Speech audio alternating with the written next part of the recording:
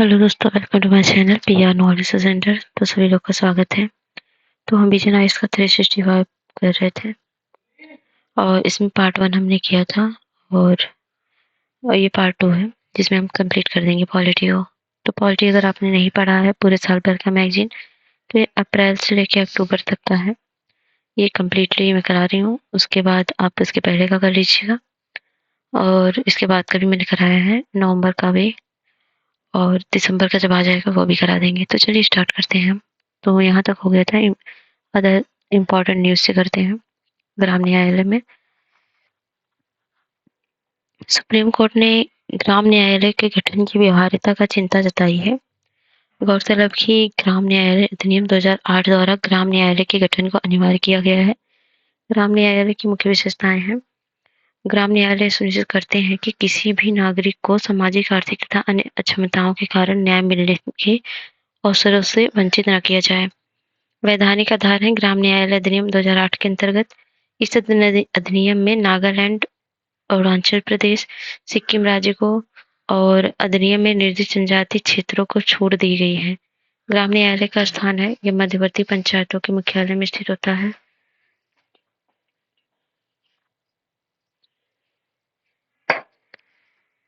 मुख्यालय से ये स्थिति है। ग्राम न्यायालय को प्रथम श्रेणी के न्यायिक मजिस्ट्रेट का न्यायालय माना जाता है।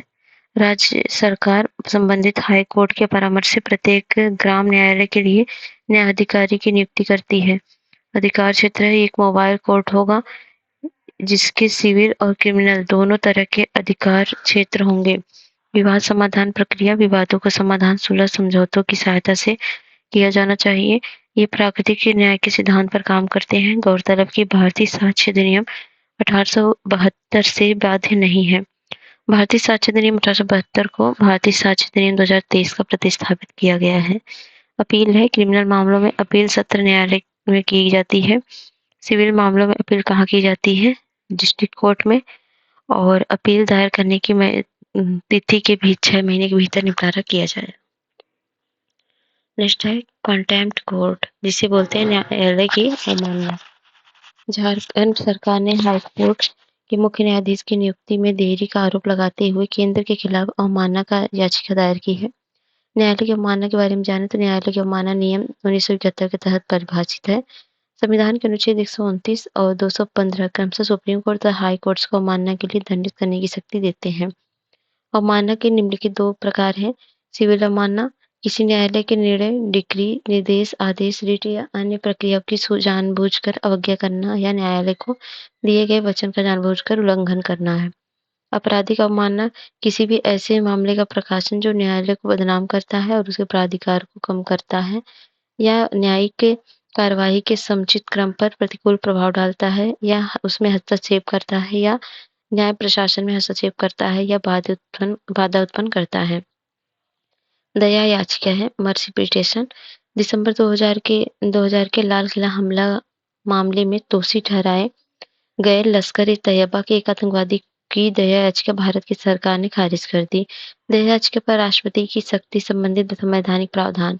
अनुच्छेद 72 भारत के राष्ट्रपति किसी भी अपराध के लिए दोषी ठहराए गए व्यक्ति की सजा कुछ मामले में क्षमा, जिसे पर्डन, और रिप्रीव, जिसे प्रतिलंबन, विराम, निलंबित, रिस्पाइट्स और परिहार, रिमिट या लघुकरण, कम्यूट करने का अधिकार देता है। ये मामले निम्नलिखित हैं जहां सजा कोर्ट मार्शल द्वारा दी गई हो, उन मामलों में जिनमें दंड किसी कानून के खिलाफ अपराध के लिए दिया गया हो और ऐसे मामले पर जहां संघ की कार्यपालिका शक्ति का विस्तार हो, मृत्युदंड के मामले में।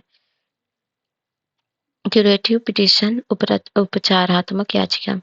सुप्रीम कोर्ट ने दिल्ली मेट्रो रेल कॉर्पोरेशन के खिलाफ पारित आर्बिट्रल ट्रिब्यूनल के आदेश को रद्द कर दिया है। क्यूरेटिव पिटीशन के बारे में जाने तो यह याचिका उस व्यक्ति के लिए उपलब्ध अंतिम संवैधानिक उपाय है जिसकी पुनर्विचार याचिका को सुप्रीम कोर्ट ने खारिज कर दिया है। पुनर्विचार याचिका का उल्लेख अनुच्छेद 137 के तहत किया गया है। क्यूरेटिव पिटीशन का संविधान में कोई उल्लेख नहीं है। यह अवधारणा सुप्रीम कोर्ट ने रूपा अशोक हुर्रा बनाम अशोक हुर्रा और अन्य वाद में प्रतिपादित किया है। क्यूरेटिव पिटीशन पर सुप्रीम कोर्ट द्वारा सुनवाई की शक्ति संविधान के अनुच्छेद 142 पर आधारित है। क्यूरेटिव पिटीशन की अनुमति तब दी जाती है जब याचिकाकर्ता यह स्थापित करता है कि निर्णय में प्राकृतिक न्याय के सिद्धांत का उल्लंघन हुआ है। मामले की सुनवाई करने वाला न्यायाधीश उस मामले में अपने हितों का खुलासा करने में विफल रहा है। न्याय निर्णय में पक्षपात होने की आशंका है और निर्णय से याचिकाकर्ता पर प्रतिकूल प्रभाव पड़ सकता है। Fast track special court India child protection द्वारा जारी एक रिपोर्ट के अनुसार बलात्कार के मामले में और लैंगिक अपराधों के अपराधों से बालकों का संरक्षण अधिनियम से संबंधित मामले को निपटाने में फास्ट ट्रैक स्पेशल कोर्ट अधिक कुशल है। इसके बारे में जाने तो यह संबंधी किस प्रकार का है। ये योजना एक केंद्र प्रायोजित योजना है। इसको 2019 में शुरू किया गया था, अब इसे 2026 तक बढ़ा दिया गया है। वित्त पोषण इस योजना में केंद्र सरकार की हिस्सेदारी का वित्त पोषण निर्भया फंड से किया जाता है और विधि एवं न्याय मंत्रालय के तहत न्याय विभाग द्वारा उद्देश्य बलात्कार के मामले में पॉक्सो अधिनियम के तहत आने वाले मामलों को शीघ्र निपटान सुनिश्चित करना। 30 राज्य और केंद्र शासित प्रदेशों में 410 विशिष्ट पॉक्सो अदालत सहित कुल 761 फास्ट ट्रैक गठित किए गए। हालांकि कुल 1023 का प्रावधान किया गया है। फास्ट ट्रैक राष्ट्रीय न्यायिक डेटा ग्रिड से जुड़े हुए हैं। जीरो एफआईआर तेलंगाना के मुख्यमंत्री पर कथित आपत्तिजनक टिप्पणी करने के मामले में एक मंत्री के खिलाफ जीरो एफआईआर दर्ज की गई है। इसके बारे में जानें। जीरो एफआईआर इसे किसी भी पुलिस स्टेशन में दर्ज कराया जा सकता है और इसके लिए जरूरी नहीं है कि जहां अपराध हुआ हो उसी क्षेत्र के पुलिस स्टेशन में दर्ज किया जाए। या एक बार एफआईआर हो जाने के बाद इसे आगे की जांच के संबंधित पुलिस स्टेशन में ट्रांसफर किया जाता है और इसके तहत आरंभ में कोई नियमित एफआईआर नंबर नहीं दिया जाता है। हालांकि जब मामला अधिकार क्षेत्र वाले पुलिस स्टेशन में ट्रांसफर कर दिया जाता है तब वहां नई एफआईआर दर्ज की जाती है और एफआईआर नंबर दिया जाता है। जीरो एफआईआर का प्रावधान भारतीय नागरिक सुरक्षा संहिता 2023 की धारा 531 क्लॉज 1 के तहत किया गया है। 2012 के निर्भया केस के बाद स्थापित जस्टिस वर्मा समिति की सिफारिश के आधार पर शामिल किया गया है। Doctrine of converter supreme court भारतीय दंड संहिता की धारा 375 और धारा 63 तथा भारतीय न्याय संहिता 2023 के तहत मैरिटल रेप एक्सेप्शन को चुनौती देने वाली याचिका की सुनवाई करेगा। जोसेफ साइन बनाम भारत संघ 2018 मामले में सुप्रीम कोर्ट ने माना था कि marital rape exception doctrine of coverture के सिद्धांत पर उत्पन्न हुआ है।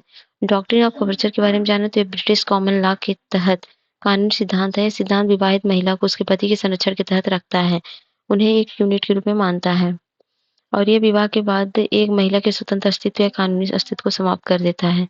सैद्धांतिक रूप से यह महिला की संपत्ति को पति को हस्तांतरित करता है, संपत्ति का अधिकार की उसका क्षमता को सीमित करता है तथा कोई अनुबंध करने पर प्रतिबंध भी लगाता है। डॉक्ट्रिन ऑफ हार्मोनियस कंस्ट्रक्शन एक मामले में अपील दाखिल करने में विलंब के लिए क्षमा के आग्रह से इनकार करते हुए सुप्रीम कोर्ट ने परिसीमा अधिनियम 1963 की धारा 3 और 5 के तहत हार्मोनियम कंस्ट्रक्शन का उपयोग करने के लिए सिद्धांत निर्धारित किया है। विलंब के लिए क्षमा की अवधारणा के तहत किसी मामले में अपील याचिका दाखिल करने के लिए तय समय सीमा बढ़ाने की अनुमति देने की अदालत की विवेकाधीन शक्ति शामिल है। हार्मोनियस कंस्ट्रक्शन सिद्धांत के बारे में जब इसका अर्थ है तो कानून के बीच विवाद स्थिति में उनकी व्याख्या इस तरह से की जानी चाहिए जिससे दोनों कानूनों के उद्देश्य और सार को बनाए रखा जा सके। ऐसा कानूनों का प्रावधान में सामंजस्य बनाकर किया जाता है। इस सिद्धांत की उत्पत्ति प्रथम संविधान संशोधन और उस पर शंकरी प्रसाद बनाम भारत संघ में दिए गए निर्णय में मानी जाती है। नेक्स्ट है महत्वपूर्ण अधिनियम विधेयक इम्पोर्टेंट लेजिस्लेचर बिल, जिसमें पहला है आपराधिक कानून में सुधार से संबंधित अधिनियम।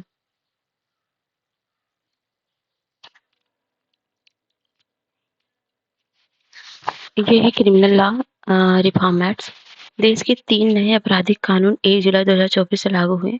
ये कानून है भारतीय न्याय संहिता 2023, भारतीय नागरिक सुरक्षा संहिता 2023 और भारतीय साक्ष्य अधिनियम 2023। तो पहले हम जानते हैं भारतीय न्याय संहिता के बारे में 2023 के बारे में। तो आईपीसी की 1860 की जगह लागू की गई है और भारतीय दंड संहिता भारत में आपराधिक मामले में प्रमुख कानून था। पृष्ठभूमि है और भारतीय न्याय संहिता 2023 की मुख्य प्रावधान है। पहले पृष्ठभूमि देख लेते हैं। भारतीय दंड संहिता आईपीसी 1860 के पहले भारतीय दंडिक कानून में संसदीय चार्टर और अधिनियम, ईस्ट इंडिया कंपनी के विनियमन और हिंदू विधि, मुस्लिम और कानून, प्रथागत कानून आदि संबंधित नियम कानून शामिल थे। थॉमस बैम्बिंगटन के अधीन दंड संहिता का मसौदा 1837 तैयार किया गया और 1857 के विद्रोह का प्रभाव भारतीय दंड संहिता पर अंततः 1868 में बनाई गई। आईपीसी 1860 के लागू होने के बाद विधि आयोग की कई रिपोर्ट्स में महिलाओं के खिलाफ अपराधों, खाद्य पदार्थों में मिलावट, मृत्युदंड आदि विषयों पर आईपीसी में संशोधन करने की सिफारिश की गई। 2023 के मुख्य प्रावधान है छोटे-मोटे अपराधों के लिए दंड के रूप में पहली बार सामुदायिक सेवा कराने का प्रावधान किया गया। 16 से 18 वर्ष तक की आयु की महिला से सामूहिक बलात्कार कृत्य को नाबालिग के साथ बलात्कार माना जाएगा। इससे छल, कपट, धोखे या झूठे वादे करके किसी महिला के साथ यौन संबंध बनाने को अपराध माना जाएगा। इस संहिता में राजद्रोह मतलब आईपीसी 124 ए से जुड़े प्रावधान को हटा दिया गया। इसके बजाय इसे निम्न दंड प्रावधान किया गया, जैसे अलगाववाद गतिविधियों, सशस्त्र विद्रोह या विध्वंसक गतिविधियों को बढ़ावा देने का प्रयास, अलगाववादी गतिविधियों से संबंधित भावनाओं को प्रोत्साहित करना, जहाँ भारत की संप्रभुता, एकता, अखंडता को खतरे में डालना। यह संहिता संगठित अपराधों को निम्नलिखित प्रकार से परिभाषित करती है: निरंतर गैर कानूनी गतिविधि जैसे अपहरण, जबरन वसूली, साइबर अपराध आदि। किसी समूह द्वारा हत्या या गंभीर चोट पहुंचाना, नस्ल, जाति या समुदाय, लिंग, जन्म स्थान, भाषा या व्यक्तिगत विश्वास के आधार पर हत्या करने पर गंभीर चोट पहुंचाने या उस समूह के सभी लोगों को इस अपराध के दोषी माने जाएंगे और सजा की दी जाएगी। हत्या के मामले में मृत्युदंड या आजीवन कारावास की सजा और जुर्माना। गंभीर चोट पहुंचाने के मामले में 7 वर्ष तक कारावास और जुर्माना है। भारतीय नागरिक सुरक्षा संहिता में क्या है? तो इसमें यह जो है दंड प्रक्रिया मतलब सीआरपीसी 1973 को प्रतिस्थापित करती है। सीआरपीसी में भारतीय दंड संहिता 1860 सहित कई अधिनियम के तहत निर्धारित अपराधों के लिए गिरफ्तारी और अभियोजन जिसे प्रोसिक्यूशन और जमानत है बेल की प्रक्रिया संबंधी प्रावधान किए गए हैं। पृष्ठभूमि के बारे में जाने तो सीआरपीसी को सर्वप्रथम ब्रिटिश शासन के अधीन 1861 के अधिनियम किया गया था। अधिनियमित 1872 और 1882 क्रमिक रूप से अधिनियमित नई संस्थाओं द्वारा इसे प्रतिस्थापित किया गया था। इसमें कई संशोधन किए गए हैं, जिसमें से 1898, 30 और 25 में किया गया था।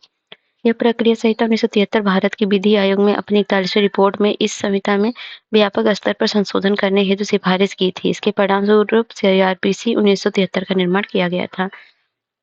और नए जो भारतीय नागरिक संहिता के बारे में जाने तो विचाराधीन कैदियों की हिरासत, इसके तहत यदि पहली बार अपराध करने वाले किसी व्यक्ति को अपराध के लिए निर्धारित अधिकतम कारावास अवधि की 1/3 अवधि को हिरासत में बिता लिया गया है तो उसे जमानत पर रिहा कर दिया जाएगा। यदि किसी आरोपी व्यक्ति ने जांच या सुनवाई के दौरान उस अपराध के लिए कारावास की अधिकतम अवधि का आधा हिस्सा हिरासत में बिता लिया है तो उसे न्यायालय द्वारा जमानत पर रिहा कर दिया जाएगा। यह प्रावधान निम्नलिखित पर लागू नहीं होगा: मृत्युदंड, आजीवन कारावास वाले व्यक्तियों पर और ऐसे व्यक्ति जिनके खिलाफ एक से अधिक अपराधों में कार्रवाई लंबित है। मेडिकल जांच, इसके अंतर्गत कोई पुलिस अधिकारी विशेष मामले जैसे बलात्कार में आरोपी की व्यक्ति की मेडिकल जांच का अनुरोध कर सकता है। फॉरेंसिक जांच, यह उन सभी अपराधों के लिए फॉरेंसिक जांच को अनिवार्य बनाती है जिसके लिए कम से कम 7 वर्ष के कारावास के दंड का प्रावधान है। हस्ताक्षर, उंगलियों की छाप, फिंगरप्रिंट या मजिस्ट्रेट के किसी व्यक्ति के हस्ताक्षर, हैंडराइटिंग, उंगलियों की छाप और आवाज के नमूने एकत्र करने की अनुमति प्रदान करता है, चाहे वह व्यक्ति गिरफ्तार किया गया हो अथवा नहीं। कार्रवाइयों के लिए समय सीमा, यह विविध कार्रवाइयों हेतु समय सीमा निर्धारित करती है, जैसे जांच अधिकारी को मेडिकल रिपोर्ट सौंपना, निर्णय देना, पीड़ितों को जांच की प्रगति के संबंध में सूचित करना, आरोप तय करना आदि के लिए समय सीमा का निर्धारण करती है। नेक्स्ट है भारतीय साक्ष्य अधिनियम 2023। तो भारतीय साक्ष्य अधिनियम 2023 भारतीय साक्ष्य अधिनियम 1872 को प्रतिस्थापित करती है। यह अधिनियम सभी दीवानी, सिविल और फौजदारी दांडिक कार्रवाइयों में भारतीय न्यायालय में साक्ष्य स्वीकार्यता हेतु नियमों का प्रावधान करती है। इसकी उत्पत्ति जो है 1872 में अधिनियम किया गया था। इसका उद्देश्य साक्ष्यों से संबंधित कानूनों को समेकित करना था। इन साक्ष्यों के आधार पर न्यायालय किसी निष्कर्ष पर पहुंच सकता है और निर्णय सुनाता है। अब नए वाले में क्या है भारतीय साक्ष्य अधिनियम में? तो साक्ष्य के रूप में इलेक्ट्रॉनिक या डिजिटल रिकॉर्ड्स की स्वीकार्यता इसके अंतर्गत यह प्रदान किया गया है कि इलेक्ट्रिक या डिजिटल रिकॉर्ड्स का कानूनी प्रभाव कागजी रिकॉर्ड्स के समान ही होगा। मौखिक साक्ष्य के अंतर्गत जांच के दौरान किसी तथ्य के संबंध में गवाहों या न्यायालय में समक्ष दिए गए बयान शामिल हैं। इस अधिनियम के तहत इलेक्ट्रॉनिक रूप से दी गई किसी भी सूचना को मौखिक साक्ष्य माना जाएगा। संयुक्त सुनवाई, कानून में बताया गया कि अगर कई लोगों के खिलाफ मुकदमा चल रहा है और उनमें से एक आरोपी फरार हो गया है या गिरफ्तार वारंट का जवाब देता है तो भी बाकी आरोपियों का संयुक्त बयान एक ही अपराध के लिए एक से अधिक व्यक्तियों का मुकदमा चलाया जाएगा। संयुक्त सुनवाई में यदि किसी एक आरोपी द्वारा किया गया कबूलनामा दूसरे आरोपी को प्रभावित करता है तो साबित हो जाता है कि इन दोनों के खिलाफ कबूलनामा माना जाएगा।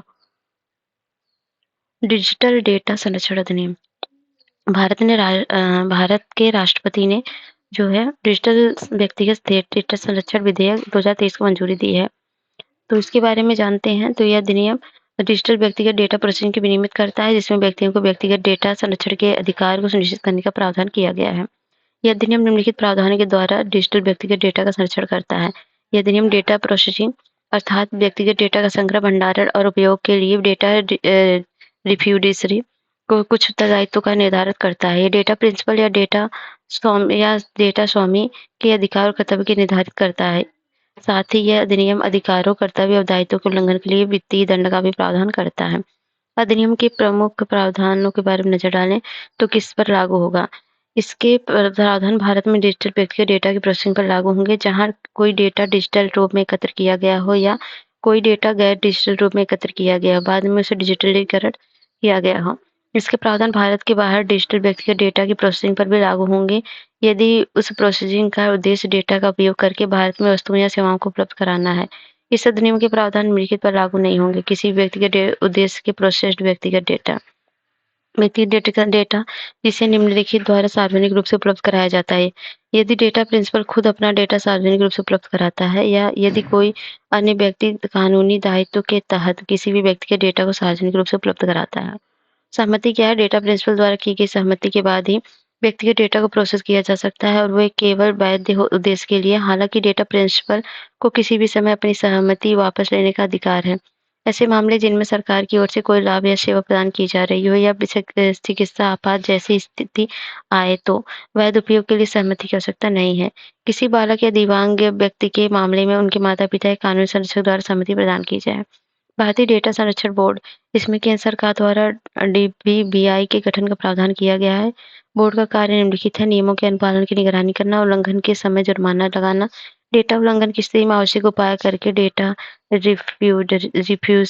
रिड्यूसरी को निर्देश देना, प्रभावित व्यक्तियों द्वारा की गई शिकायतों की सुनवाई करना। बोर्ड के सदस्यों को 2 वर्ष के लिए नियुक्त किया जाएगा और पुनर्नियुक्ति के पात्र होंगे। डीपीबीआई के किसी निर्णय के विरुद्ध दूरसंचार विवाद निपटान और अपीली अधिकारण में अपील की जा सकेगी। डेटा प्रिंसिपल के अधिकार और कर्तव्य।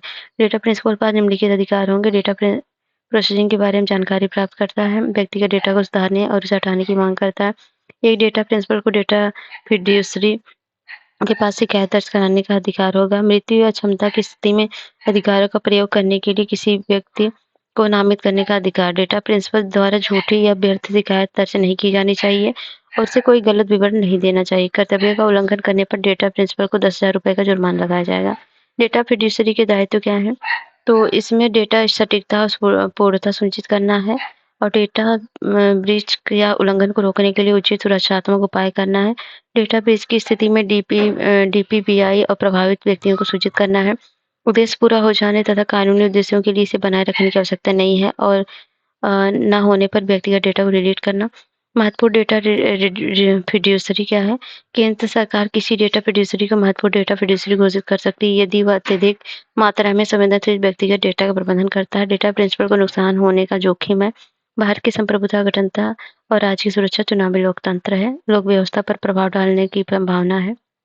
यस, अधिनियम के तहत छूट दी गई है। तो इसमें जो है सुरक्षा, संप्रभुता, लोक अर्थव्यवस्था आदि के लिए असूचित एजेंसियों को छूट दी गई है। अनुसंधान, संग्रहण और सांख्यिकी उद्देश्य के लिए स्टार्टअप्स या डेटा फिड्यूसरी की अन्य अनुसूचित श्रेणियों के लिए कानूनी अधिकार और दावों को लागू करने के लिए, न्यायिक या विनियामक संबंधी कार्य करने के लिए, अपराधों को रोकना, उनकी जांच के लिए। विदेशी अनुबंध के तहत गैर निवासियों के व्यक्तिगत डेटा को भी भारत में प्रोसेस किया जाएगा। इसके अलावा केंद्र सरकार देश की सुरक्षा लोक व्यवस्था के हित में गतिविधियों को अधिनियम के प्रावधान से छूट दे सकती है। बालकों के व्यक्तिगत डेटा की प्रोसेसिंग। किसी बच्चे के व्यक्तिगत डेटा की प्रोसेसिंग करते समय डेटा फिड्यूसरी को निम्नलिखित कार्य नहीं करने चाहिए। प्रोसेसिंग संबंधी ऐसा कार्य जिससे बच्चे के कल्याण पर कोई हानिकारक प्रभाव पड़ने की संभावना हो या बच्चे पर नजर रखना, व्यवहार संबंधी निगरानी करना या उन्हें लक्षित करने के विज्ञापित करना है। भारत के बाहर व्यक्तिगत डेटा का हस्तांतरण। तो यह अधिनियम सरकार द्वारा प्रतिबंधित देशों को छोड़कर भारत के बाहर व्यक्तिगत डेटा के हस्तांतरण की अनुमति देता है। जुर्माना क्या है? यह अधिनियम कई अपराधों के लिए जुर्माना का प्रावधान करता है, जैसे बच्चों से संबंधित दायित्वों को पूरा करने पर 200 करोड़ रुपए तक का जुर्माना और डेटा उल्लंघन को रोकने के लिए सुरक्षात्मक उपाय न करने पर 250 करोड़ रुपए का जुर्माना। लोक परीक्षा क्या है? Public examination. तो इन नियमों को केंद्रीय कार्मिक लोक शिकायत और पेंशन मंत्रालय का सूचित किया जाता है। इन नियमों को लोक परीक्षा अधिनियम 2024 के तहत सूचित किया गया है। नियम जून 2024 में लागू होंगे। मुख्य नियम पर एक नजर डालें। यदि लोक परीक्षा संचालन में अनुचित साधनों के उपयोग या अपराधों का प्रथम दृष्टया मामला सामने आता है तो परीक्षा केंद्र प्रभारी एफआईआर दर्ज कराने सहित उचित कार्रवाई कर सकता है। यदि अनुचित साधनों के उपयोग में सेवा प्रदाता के प्रबंधन या निदेशक मंडल की संलिप्तता है तो लोक परीक्षा जो है प्राधिकरण एक समिति गठित करेगा। सेवा प्रदाता कोई एजेंसी, संगठन, निकाय, व्यक्तियों का संघ, व्यवसायिक इकाई आदि हो सकता है जिसे लोक परीक्षा प्राधिकरण ने लोक परीक्षा के संचालन के लिए नियुक्त किया है। क्षेत्रीय अधिकारी लोक परीक्षा के संचालन में अनुचित साधनों के उपयोग या अपराध की सभी घटनाओं को लोक परीक्षा प्राधिकरण को रिपोर्ट करेगा। साथ ही इस मामले में जो भी कार्रवाई करेगा उनकी प्राधिकरण का रिपोर्ट करेगा। लोक परीक्षा अधिनियम 2024 के बारे में जाने तो इसमें प्रश्न पत्र या उत्तर कुंजी तथा नदकृत पहुंच या अनिलेख किया जाता है। लोक परीक्षा के दौरान किसी अभ्यर्थी की सहायता करना, कंप्यूटर नेटवर्क या संसाधनों की छेड़छाड़ करना, फर्जी परीक्षा आयोजित कराना है। दंड है अनुचित साधनों का सहारा लेने वाले व्यक्ति के लिए दंड कम से कम 3 साल की कैद जिसे 5 साल तक बढ़ाया जा सकता है, 10 लाख रुपए तक का जुर्माना। संगठित अपराध करने वाले सेवा प्रदाता या किसी समूह के लिए दंड 1 करोड़ रुपए तक का जुर्माना और परीक्षा आयोजन की लागत भी उससे वसूल की जाएगी। सभी अपराध संज्ञेय और गैर जमानती और गैर समनीय होंगे। लोक परीक्षा से आशय अनुसूची निर्दिष्ट लोक परीक्षा प्राधिकरण द्वारा आयोजित कोई भी परीक्षा में या केंद्र सरकार द्वारा सूचित किसी अन्य प्राधिकरण द्वारा आयोजित की जाने वाली परीक्षाओं से है। नेक्स्ट है टेलीकम्युनिकेशन एक्ट 2023। तो इसमें क्या है? इस अधिनियम का उद्देश्य दूरसंचार सेवाओं, दूरसंचार नेटवर्क के विकास, विस्तार एवं संचालन में संबंधित कानून में संशोधन करना है। इसके अतिरिक्त यह अधिनियम समावेशन, सुरक्षा, विकास, जवाबदेही सिद्धांत पर आधारित है। वर्तमान में दूरसंचार क्षेत्र और प्रौद्योगिकियों में उच्च तकनीकी प्रगति हुई है। इसी को ध्यान में रखते हुए भारतीय टेलीग्राफ अधिनियम 1885, भारतीय वायरलेस टेलीग्राफ अधिनियम 1933 को निरस्त करते हुए दूरसंचार अधिनियम 2023 बनाया गया है। तो मापदंड है, विवरण है, स्पेक्ट्रम का आवंटन है। स्पेक्ट्रम का आवंटन नीलामी के माध्यम से किया जाएगा। हालांकि कुछ निर्धारित आयोगों उपयोगों के लिए इसे प्रशासनिक आधार पर आवंटित किया जाएगा। निर्धारित उद्देश्य में शामिल है राष्ट्रीय सुरक्षा एवं रक्षा, आपदा प्रबंधन, मौसमी संबंध पूर्वानुमान, परिवहन, उपग्रह सेवाएं।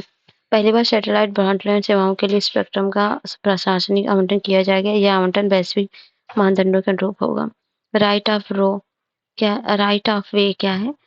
तो ऐसी संस्थाएं जो दूरसंचार संबंधी अवसंरचनाओं का निर्माण करती हैं वे सार्वजनिक या निजी संपत्ति के राइट ऑफ वे का मांग कर सकती हैं। राइट ऑफ वे का आशय सार्वजनिक या निजी संपत्ति के उपयोग की सुविधा से है। उपयोगकर्ता की सुरक्षा क्या है? केंद्र सरकार उपयोगकर्ता की सुरक्षा के लिए विविध उपाय कर सकती है। उदाहरण के लिए विनिर्दिष्ट संदेश प्राप्त करने के लिए उपयोगकर्ता की पूर्व सहमति, डू नॉट डिस्टर्ब रजिस्टर तैयार करना, उपयोगकर्ता को मालवेयर विनिर्दिष्ट संदेशों की रिपोर्ट करने में सक्षम बनाना, सार्वभौमिक सेवा दायित्व निधि का दायरा बढ़ाना। यह डिजिटल भारत निधि बन जाएगी। इस निधि का उपयोग दूरसंचार सेवाओं, प्रौद्योगिकियों, उत्पादों और पायलट परियोजनाओं के लिए अनुसंधान विकास का समर्थन करने के लिए किया जा सकता है। अवरोधन और तलाशी का अधिकार किसी निश्चित आधार पर संदेशों को इंटरसेप्ट, मॉनिटर या ब्लॉक किया जा सकता है। इन आधारों में राष्ट्रीय सुरक्षा, लोक व्यवस्था, अपराधों को उकसाने जाने की रोकना आदि शामिल है। दूरसंचार से संबंधित गतिविधियों के लिए अनुमति, नई दूरसंचार सेवाएं प्रदान करने तथा दूरसंचार नेटवर्क की स्थापना, संचालन, रखरखाव एवं विस्तार करने या रेडियो उपकरण रखने के लिए केंद्र सरकार की पूर्व अनुमति आवश्यक है। ओटीटीज का विनियमन, इस अधिनियम के तहत ओटीटी प्लेटफॉर्म को विनियमित नहीं किया जाएगा। Internet shutdown, software freedom law centre के आंकड़ों के अनुसार 2024 में 60 बार इंटरनेट शटडाउन के मामले दर्ज किए गए हैं, जो पिछले 8 वर्ष में सबसे कम है। इंटरनेट शटडाउन के बारे में जानें तो किसी विशिष्ट आबादी स्थान या इंटरनेट एक्सेस के प्रकार के लिए इंटरनेट सेवाओं को जानबूझकर किया गया व्यवधान रोक। इसका मतलब है कि प्रभावित लोग वेबसाइट तक नहीं पहुंच सकते, सोशल मीडिया का इस्तेमाल नहीं कर सकते, ऑनलाइन संदेश नहीं भेज सकते या प्राप्त नहीं कर सकते और ऑनलाइन सेवाओं का उपयोग नहीं कर सकते। इंटरनेट शटडाउन के कारण क्या है? राष्ट्रीय सुरक्षा, सामाजिक अशांति को बढ़ने से रोकना, धोखाधड़ी को रोकना, सुरक्षा और लोक व्यवस्था है। इंटरनेट शटडाउन के प्रावधान है। वर्तमान में इंटरनेट शटडाउन सहित दूरसंचार सेवाओं को निलंबन भारतीय टेलीग्राफ अधिनियम 1885 के तहत असूचित दूरसंचार सेवाओं के अस्थायी निलंबन नियम 2017 द्वारा शासित किया गया है। वे नियम क्षेत्र पब्लिक इमरजेंसी के आधार पर एक बार में 15 दिनों तक दूरसंचार सेवाओं को अस्थायी रूप से बंद करने की अनुमति देते हैं। 1885 का अधिनियम केंद्र सरकार को इंटरनेट सेवाओं सहित अलग-अलग प्रकार के दूरसंचार सेवाओं को विनियमित करने के लिए उनके लाइसेंस देने का अधिकार देता है। दूरसंचार सेवाओं के अस्थायी निलंबन के आदेश केवल संघ राज्य गृह सचिव द्वारा जारी किए जाते हैं। 2017 में नियमों के तहत केंद्रीय स्तर कैबिनेट सचिव और राज्य स्तर पर मुख्य सचिव की अध्यक्षता वाली 3 सदस्यीय समीक्षा समिति क्रमशः केंद्र सरकार, राज्य सरकार दूरसंचार इंटरनेट बंद करने के आदेशों की समीक्षा करती है। अनुराधा भसीन बनाम भारत संघ एवं अन्य वाद में सुप्रीम कोर्ट का निर्णय। सुप्रीम कोर्ट ने 2020 फैसले के आदेश दिया कि इंटरनेट पर वाक एवं अभिव्यक्ति की स्वतंत्रता भी संविधान के अनुच्छेद 19 क्लॉज 1 ए का एक अभिन्न अंग है, इसलिए इस स्वतंत्रता पर कोई भी प्रतिबंध संविधान के अनुच्छेद 19 क्लॉज 2 के प्रावधानों से मेल खाना चाहिए। इंटरनेट शटडाउन के संबंध में न्यायालय के निम्नलिखित निर्देश जारी किए हैं। 2017 के नियमों के तहत इंटरनेट सेवाओं को अनिश्चित काल के लिए निलंबित नहीं किया जा सकता। इंटरनेट सेवाओं का निलंबन केवल अल्पकालिक अवधि के लिए किया जा सकता है। निलंबन नियमों के तहत इंटरनेट सेवाओं को निलंबित करने का कोई भी आदेश अनुपातिक के सिद्धांत के अनुरूप होना चाहिए और निलंबन की अवधि को जरूरत से ज्यादा नहीं बढ़ाया जाना चाहिए। नेक्स्ट है उपभोक्ता संरक्षण अधिनियम 2019। सुप्रीम कोर्ट ने राष्ट्रीय उपभोक्ता विवाद निवारण आयोग 2007 में दिए गए एक फैसले को खारिज कर दिया। आयोग ने 2007 में अपने एक फैसले में कहा कि वकीलों द्वारा प्रदान की गई सेवाएं उपभोक्ता संरक्षण अधिनियम 1986 के दायरे में आती हैं। गौरतलब है कि उपभोक्ता संरक्षण अधिनियम 1986 को साल 2019 में पारित किया गया था। उपभोक्ता संरक्षण अधिनियम के बारे में जाने तो इसमें सीपीए 1986 को उपभोक्ता के हितों को बेहतर सुरक्षा प्रदान करने और उपभोक्ता विवादों के निपटारा के लिए उपभोक्ता संरक्षण परिषदों की स्थापना आदि के लिए पारित किया गया था। सीपीए 1986 के स्थान पर सीपीए 2019 को पारित किया गया था ताकि उपभोक्ता संरक्षण जुड़े प्रावधानों को बेहतर किया जा सके। सीपीए 2019 के बारे में जानते हैं उपभोक्ता की परिभाषा का विस्तार। इसमें ऐसे व्यक्तियों को शामिल किया गया है जो ऑनलाइन इलेक्ट्रॉनिक माध्यम से सामान सेवाएं खरीदे या प्राप्त करते हैं। इसमें वह व्यक्ति शामिल नहीं है जो ऐसे सामान को फिर से बेचने या फिर किसी वाणिज्यिक उद्देश्य के लिए प्राप्त करते हैं। केंद्रीय उपभोक्ता संरक्षण परिषद की स्थापना सलाहकार परिषद के रूप में की गई। इसका कार्य उपभोक्ता के अधिकारों को बढ़ावा देने और उनकी सुरक्षा करने सलाह देने का है। केंद्र सरकार के उपभोक्ता मामले में विभाग में प्रभारी मंत्री अध्यक्ष होते हैं। केंद्रीय उपभोक्ता संरक्षण प्राधिकरण की स्थापना तो उपभोक्ता के अधिकारों को बढ़ावा देने, उनकी सुरक्षा करने, और उन्हें लागू करने के लिए केंद्रीय प्राधिकरण की स्थापना की गई है। सीसीपीए में एक मुख्य आयुक्त और निर्धारित संख्या में अन्य आयुक्त शामिल होंगे। उन्हें केंद्र सरकार द्वारा नियुक्त किया जाएगा। सीसीपीए में महानिदेशक की अध्यक्षता में एक इन्वेस्टिगेशन विंग होगा जिसका मुख्य कार्य जांच या अन्वेषण करना होगा। बेहतर तरीके से विवाद निपटान की व्यवस्था। इसमें मध्यस्थता, वैकल्पिक विवाद समाधान तंत्र के जरिए विवादों के निपटान एवं शिकायतों की ई-फाइलिंग को सक्षम बनाया गया है। कंज्यूमर मीडिएशन सेल इसे केंद्र और राज्य सरकार द्वारा स्थापित किया जाएगा। ये राष्ट्रीय उपभोक्ता विवाद निवारण आयोग के प्रत्येक क्षेत्रीय पीठ के साथ साथ संबंधित राज्य के जिला और राज्य आयोग के साथ संलग्न है। उत्पाद दायित्व में संबंधित कार्रवाई इसे विनिर्माताओं, सेवा प्रदाताओं आदि के विरुद्ध कार्रवाई करके जोड़ा गया है। भ्रामक विज्ञापन के लिए दंड सीसीपीए द्वारा विनिर्माताओं या एंडोर्स पर 10 लाख रुपए तक का जुर्माना लगाया जा सकता है और 2 साल की कारावास की सजा हो सकती है।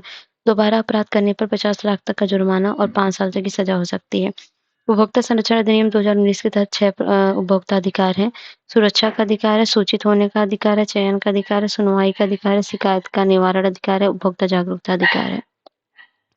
अन्य संबंधित तथ्य केंद्रीय उपभोक्ता संरक्षण प्राधिकरण ने गैर कानूनी गतिविधियों के विज्ञापन एडवाइजरी जारी की है। यह एडवाइजरी उपभोक्ता संरक्षण के अधिनियम 2019 के अनुसार जारी की गई है। यह अलग-अलग कानूनों के तहत प्रतिबंधित है। गैर कानूनी गतिविधियों के विज्ञापन, प्रचार, समर्थन पर रोक लगाने पर बल देती है। एडवाइजरी जारी करने के पीछे कारण है बेटिंग या गैम्बलिंग जैसे गैर कानूनी गतिविधियों के प्रत्यक्ष रूप से सरोगेट विज्ञापन के जरिए एंडोर्समेंट के मामले बढ़ रहे हैं। भारत में बैटिंग और गैम्बलिंग में विनियमन यह संविधान की 7वीं अनुसूची के तहत राज्य सूची का एक विषय है। राज्य सूची की प्रविष्टि 34 और 62 के कराधान के उद्देश्य से इसे शामिल किया गया है। पब्लिक गैम्बलिंग एक्ट 1867 नामक पुराने कानून के पर अधिकांश राज्य सरकारों ने अपने अधिकार क्षेत्र में बैटिंग और गैम्बलिंग से निपटने के लिए अपने-अपने अलग-अलग कानून बनाए हैं। सूचना एवं प्रसारण मंत्रालय ने ऑनलाइन बैटिंग प्लेटफॉर्म के सरोगेट विज्ञापनों सहित अन्य विज्ञापनों पर 2023 में एडवाइजरी जारी की थी। नेक्स्ट न्यूज़ है, ये है विदेशी अंशदान अधिनियम। तो सुर्खियां क्यों है? क्योंकि हाल ही में केंद्रीय गृह मंत्री ने एक नोटिस जारी की है। इस नोटिस में कहा है कि उन गैर कानूनी संगठनों के लिए एफसीआरए पंजीकरण के नवकरणीय अनुरोधों को अस्वीकार किया जा सकता है या उनके पंजीकरण को रद्द किया जा सकता है जो विदेशी अंशदान उपयोग विकास विरोधी गतिविधियों में या दुर्भावनापूर्ण विरोध प्रदर्शन करने में धर्मांतरण में करते हैं। विदेशी अंशदान अधिनियम के बारे में जाने तो विदेशी अंशदान का अर्थ है किसी विदेशी व्यक्ति संस्था द्वारा किसी वस्तु मुद्रा या प्रतिभूति का दान वितरण हस्तांतरण। एफसीआरए का कार्यान्वयन केंद्रीय गृह मंत्री द्वारा किया जाता है। किसी एनजीओ के पूर्व की गतिविधियों की जांच के आधार पर अनुदान प्राप्ति की मंजूरी देने का खारिज करने में गृह मंत्रालय को इंटेलिजेंस ब्यूरो द्वारा सहायता प्रदान की जाती है। 2020 में संशोधन के बाद एफसीआर के प्रमुख प्रावधान है विदेशी फंड। विदेशी धन प्राप्त करने के लिए पूर्व अनुमति एनजीओ के पंजीकरण के साथ साथ इसके प्रत्येक पदाधिकारी का आधार नंबर प्रस्तुत करना अनिवार्य किया गया है। विदेशी धन प्राप्ति पर प्रतिबंध के मामले हैं। कौन विदेशी अंशदान प्राप्त नहीं कर सकता? चुनाव लड़ने वाले उम्मीदवार, न्यायाधीश और सरकारी कर्मचारी, पत्रकार या समाचार पत्र या मीडिया ब्रॉडकास्ट कंपनी, विधायक के एक सदस्य, राजनीतिक दल, उनके पदाधिकारी, राजनीतिक प्रकृति के संगठन। एफसीआर खाता के इसका खाता के बारे में जाने तो ये धन प्राप्त करने के लिए नई दिल्ली स्थित एसबीआई की मुख्य शाखा में होना अनिवार्य है। इस खाते में केवल विदेशी अंशदान ही प्राप्त या जमा किया जा सकता है और अन्य पैसा नहीं। यह धन किसी अन्य व्यक्ति एनजीओ के सामने नहीं किया जा सकता। एफसीआर पंजीकरण की वैधता। पंजीकरण की वैधता 5 वर्षों के लिए होगी और एनजीओ को पंजीकरण की समाप्ति की 6 महीनों से भीतर नवीकरण के लिए आवेदन करना होगा। प्रशासनिक कार्य के लिए विदेशी अंशदान के उपयोग की सीमा। निधि का उपयोग केवल उन उद्देश्यों के लिए किया जाना चाहिए जिनके लिए इसे प्राप्त किया गया है। इस निधि की अधिकतम 20% राशि ही प्रशासनिक खर्च में उपयोग की जा सकती है।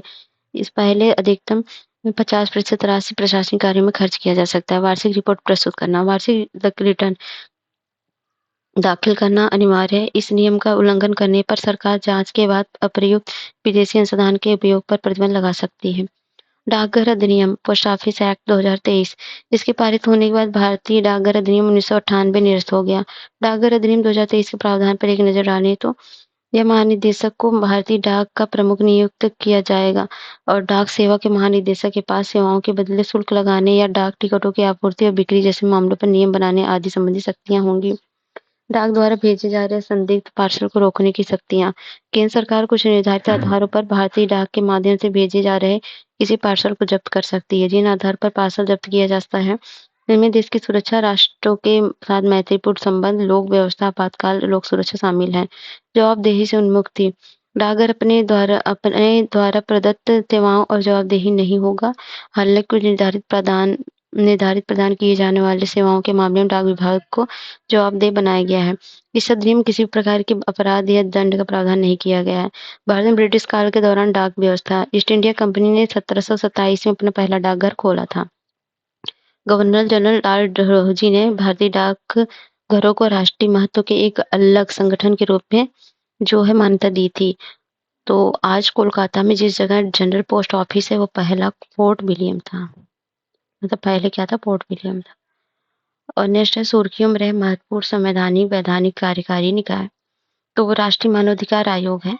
हाल ही में संयुक्त राष्ट्र संबंध global alliance of national human rights institution ने लगातार दूसरे वर्ष भी भारतीय राष्ट्रीय मानवाधिकार आयोग को मान्यता प्राप्त मानवाधिकार निकाय का दर्जा स्थगित कर दिया। तो इसके बारे में जाने तो उल्लेखनीय है कि भारत में एनएचआरसी को 1999 से ही गैनहरी की ओर से ए स्टेट के तहत मान्यता मिली हुई। एनएचआरसी ए स्टेट को केवल एक बार यानी 2016 में स्थगित किया गया था, लेकिन इसी 2017 में गैनहरी की प्रत्यायन उपसमिति द्वारा पुनः बहाल कर दिया गया था और 2023 में एनएचआरसी मान्यता को स्थगित कर दिया गया था और इसके द्वारा मान्यता को स्थगित करने के कारणों कर्मचारी को नेतृत्व में विविधता की कमी तथा हाशिए पर रहे समूहों की सुरक्षा के लिए अपर्याप्त कार्रवाई का हवाला दिया गया था। तो इसके बारे में जाने राष्ट्रीय मानवाधिकार संस्थानों का वैश्विक गठबंधन। तो गैनहरी के बारे में GANHRI के बारे में जाने तो इसे राष्ट्रीय संस्थानों की अंतर्राष्ट्रीय समन्वय समिति के रूप में 1993 में स्थापित किया गया था ताकि मानवाधिकार के संरक्षण और इनके बारे में जागरूकता बढ़ाई जा सके। 2016 से इसे गैनहरी के नाम से जाने जाते हैं। सदस्य हैं 120 सदस्य हैं 2023 तक। प्रत्यायन समिति देख लीजिएगा इसको। और एनएचआरसी की संरचना तो भारत के सुप्रीम कोर्ट एक सेवानिवृत्त मुख्य न्यायाधीश का सुप्रीम कोर्ट का एक न्यायाधीश हो सकता है। अध्यक्ष 5 पूर्णकालिक सदस्य होते हैं। सुप्रीम कोर्ट एक सेवानिवृत्त सेवारत न्यायाधीश हो सकता है। किसी हाई कोर्ट का सेवानिवृत्त या सेवारत न्यायाधीश हो सकता है। 3 अन्य सदस्य जिन्हें मानवाधिकार के मामले में विशेष ज्ञान और व्यावहारिक अनुभव प्राप्त हो, में से एक महिला सदस्य हो।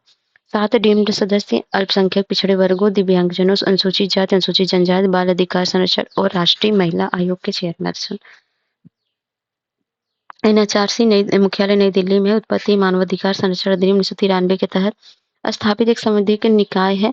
मानवाधिकार संरक्षण अधिनियम 2006 और 2019 में संशोधन किया गया था। नेक्स्ट है, यह अधिनियम जो है मानवाधिकार को व्यक्ति के जीवन, स्वतंत्रता, समानता, गरिमा के संबंधित अधिकारों के रूप में परिभाषित करता है। इन अधिकारों की गारंटी संविधान द्वारा की गई है। इन्हें अंतर्राष्ट्रीय संविधाओं में शामिल किया गया है और साथ ही भारत में न्यायालय द्वारा इन्हें लागू किया जा सकता है। आयोग के अध्यक्ष और सदस्यों की नियुक्ति भारत के राष्ट्रपति द्वारा प्रधानमंत्री की अध्यक्षता वाली समिति की सिफारिशों पर की जाती है। समिति में निम्नलिखित शामिल है: लोकसभा अध्यक्ष, गृह मंत्री का प्रभारी मंत्री, लोकसभा और राज्यसभा में विपक्ष का नेता और राज्यसभा का उपसभापति। कार्यकाल है इसके अध्यक्ष और 3 सदस्य 3 साल तक 70 वर्ष की आयु तक जो भी पहले पूरी हो पद पर बने रहते हैं।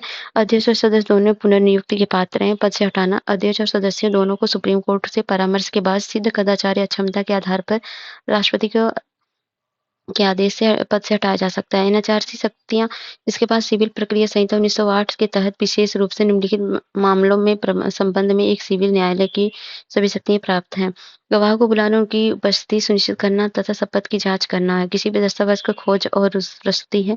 हलफनामों पर साक्ष्य प्राप्त करना है। किसी भी न्यायालय का कार्यकाल से किसी भी सार्वजनिक रिकॉर्ड या उनकी प्रतिलिपि की मांग करना है। गवाहों या दस्तावेजों की जांच के लिए कमीशन नियुक्त करना है। एनएचआरसी के कार्य हैं: स्वतः संज्ञान लेकर या किसी पीड़ित की याचिका पर मानवाधिकारों के उल्लंघन की जांच करना, न्यायालय की अनुमति से न्यायालय के सम्मत से लंबित मानवाधिकार उल्लंघन संबंधित मामलों के हस्तक्षेप करना, कैदियों की दशाओं का अध्ययन करने के लिए राज्य सरकार के तहत आने वाली किसी संस्था या जेल का दौरा करना, मानवाधिकारों की सुरक्षा के लिए कानून और प्रक्रियाओं की समीक्षा करना, मानवाधिकारों के उल्लंघन से जुड़ी गतिविधियां, आतंकवाद सहित के कारणों की समीक्षा करना। Central bureau of investigation CBI क्या है? हाल ही में सीबीआई जांच को लेकर केंद्र के खिलाफ दायर पश्चिम बंगाल सरकार की याचिका की सुनवाई के लिए स्वीकार, जिसमें पश्चिम बंगाल बनाम भारत संघवाद 2024 की है। इस मुकदमे में पश्चिम बंगाल ने केंद्र सरकार पर राज्य सरकार की पूर्व सहमति के बिना मामले की एक तरफा तरीके से सीबीआई जांच करवाने का आरोप लगाया है। ज्ञातव्य पश्चिम बंगाल ने 2018 में राज्य में जांच के मामले में सीबीआई को दी गई अपनी सामान्य सहमति वापस ले ली थी। अन्य संबंधित तथ्य क्या है? पश्चिम बंगाल ने मुकदमा संविधान के अनुच्छेद 131 के तहत दायर किया है। राज्य के अनुसार राज्य की पूर्व सहमति के बिना मामले की एक तरफा तरीके से सीबीआई जांच करवाने का केंद्र का निर्णय संविधान का अतिक्रमण और संघवाद का उल्लंघन करता है। 131 के अनुसार सुप्रीम कोर्ट के पास केंद्र और एक या एक से अधिक राज्यों के बीच विवाद पर निर्णय देने का मूल अधिकार क्षेत्र है। सीबीआई के बारे में जाने, जिसकी उत्पत्ति 1963 में हुई थी। इसकी स्थापना की सिफारिश भ्रष्टाचार रोकथाम अधिनियम संस्थानम समिति 1962 और 64 द्वारा की गई थी। मंत्रालय कार्मिक पेंशन और लोक शिकायत मंत्रालय के अधीन कार्य करता है। यह गैर वैधानिक और गैर संवैधानिक संस्था है। यह दिल्ली विशेष पुलिस स्थापना अधिनियम 1946 द्वारा शासित किया गया था। कार्यप्रणाली: सीबीआई भारत में प्रमुख जांच पुलिस एजेंसी है। यह इंटरपोल के सदस्य देशों की ओर से जांच का समन्वय करती है। आदर्श वाक्य है: उद्यमिता, निष्पक्षता, सत्यनिष्ठा। विजन है: सार्वजनिक जीवन में भ्रष्टाचार को रोकना, संविधानपूर्ण जांच और अभियोजन के माध्यम से आर्थिक एवं हिंसक अपराधों को अंकुश लगाना, साइबर व उच्च प्रौद्योगिकी अपराध आधारित अपराध से लड़ना। संरचना है: कंपोजिशन है, निदेशक है, संयुक्त निदेशक, उपनिदेशक और पुलिस अधीक्षक और अन्य सभी सामान्य रैंक के पुलिसकर्मी हैं। सीबीआई निदेशक का चयन करने वाली समिति में प्रधानमंत्री, लोकसभा में विपक्ष के नेता, सबसे बड़ा विपक्षी दल का नेता और भारत के मुख्य न्यायाधीश और उनके द्वारा नामित सुप्रीम कोर्ट का कोई अन्य न्यायाधीश शामिल होते हैं। 2021 में राष्ट्रपति ने सीबीआई, प्रवर्तन निदेशालय, ईडी के निदेशकों के कार्यकालों को 2 सालों के लिए निश्चित कार्यकाल को बढ़ाकर 5 साल तक बढ़ाने के लिए 2 अध्यादेश जारी किए हैं। सीबीआई द्वारा जांच किए जाने वाले मामलों के बारे में भ्रष्टाचार, आर्थिक अपराध, विशेष अपराध और स्वतः संज्ञान है। सीबीआई के लिए राज्य की सहमति सामान्य विशेष है। सीबीआई को राज्य में प्रत्येक या अलग-अलग मामले की जांच के लिए हर बार नई सहमति लेने की आवश्यकता नहीं होती है। दिल्ली विशेष पुलिस स्थापना अधिनियम 1946 की धारा 6 राज्य सरकार को सीबीआई अधिकारी को सहमति देने या न देने का अधिकार देती है। सीबीआई को प्रत्येक मामले या केस की जांच करने से पहले राज्य सरकार के समक्ष आवेदन करना होगा। लोकपाल। तो लोकपाल के बारे में जाने तो सुर्खियों में क्यों है? क्योंकि हाल ही में भारत ने के लोकपाल ने अपने वैधानिक कार्यों का निर्वहन करने के लिए लोकपाल और लोकायुक्त अधिनियम 2013 की धारा 11 के तहत इंक्वायरी विंग का गठन किया है। लोकपाल के बारे में जानें, इसकी स्थापना का उद्देश्य क्या है? और उद्देश्य तो ये भ्रष्टाचार रोधी संस्था है। इसे लोक सेवकों से जुड़े भ्रष्टाचार के मामले की जांच करने तथा उन पर मुकदमा चलाने के लिए लोकपाल लोकायुक्त अधिनियम 2013 द्वारा स्थापित किया गया था। प्रथम और द्वितीय प्रशासनिक आयोग दोनों ने लोकपाल संस्था की स्थापना की सिफारिश की थी। राज्य स्तर पर लोकायुक्त का गठन किया जाता है, जिसकी संरचना सभी राज्यों में एक समान नहीं है। लोकायुक्त की नियुक्ति राज्यपाल द्वारा अ आमतौर पर संबंधित राज्य के उच्च न्यायालय के मुख्य न्यायाधीश और राज्य विधानसभा के विपक्ष के नेता के परामर्श से की जाती है। लोकपाल की संरचना लोकपाल में एक अध्यक्ष, वर्तमान या पूर्व भारत का मुख्य न्यायाधीश या सुप्रीम कोर्ट का वर्तमान या भूतपूर्व न्यायाधीश और 8 सदस्य होते हैं। लोकपाल के 50% सदस्य न्यायिक पृष्ठभूमि के होते हैं। उनकी नियुक्ति राष्ट्रपति द्वारा की जाती है। और न्यायमूर्ति पिनाकी चंद्र घोष 2019 भारत के प्रथम लोकपाल थे। कौन थे? पिनाकी चंद्र घोष 2019 भारत के प्रथम लोकपाल थे। न्यायमूर्ति एएम खानविलकर वर्तमान लोकपाल हैं। और लोकपाल के अध्यक्ष एवं सदस्यों की नियुक्ति चयन समिति की सिफारिश पर प्राप्त करने के बाद की जाती है। उनका कार्यकाल उनके पदभार ग्रहण करने की तारीख से 5 या 70 वर्ष की आयु प्राप्त करने तक जो भी हो, पहले उससे तो वहाँ तक होती है। लोकपाल का अध्यक्ष और सदस्य सेवानिवृत्ति के बाद लोकपाल के अध्यक्ष या सदस्य के रूप में पुनः नियुक्ति के पात्र नहीं होते हैं। हालांकि लोकपाल का कोई सदस्य लोकपाल के अध्यक्ष के रूप में नियुक्त होने के लिए पात्र होगा, यदि सदस्य के पास उसका कुल कार्यकाल 5 वर्ष से अधिक नहीं हुआ हो। लोकपाल की चयन समिति के बारे में जाने तो प्रधानमंत्री होते हैं अध्यक्ष, लोकसभा का सदस्य अध्यक्ष सदस्य होता है, लोकसभा में विपक्ष का नेता सदस्य होता है, सुप्रीम कोर्ट का मुख्य न्यायाधीश सीजीआई द्वारा नामित सुप्रीम कोर्ट का एक न्यायाधीश सदस्य होता है, राष्ट्रपति द्वारा नामित एक प्रख्यात विधिवेत्ता सदस्य होता है। विंग इंक्वायरी विंग क्या होता है?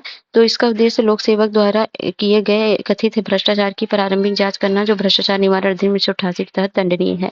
समय सीमा 60 दिनों के भीतर लोकपाल को जांच रिपोर्ट प्रस्तुत करना है। संरचना है, विंग लोकपाल के अधीन कार्यरत जांच से निदेशक की अध्यक्षता में काम करेगी और निदेशक 3 पुलिस अधीक्षक एसपी जिसमें सामान्य एसपी आर्थिक बैंकिंग और एसपी साइबर द्वारा सहायता प्रदान की जाएगी। प्रत्येक एसपी को जांच अधिकारियों और अन्य कर्मचारियों के द्वारा आगे सहायता प्रदान की जाएगी। सिविल प्रक्रिया संहिता 1908 के तहत इसके पास सिविल कोर्ट की भी शक्तियां होंगी। अभियोजन विंग, इसका अध्यक्ष एक अभियोजन निदेशक होता है और यह विंग लोकपाल द्वारा किसी भी शिकायत पर लोक सेवकों के खिलाफ अभियोजन चलाता है।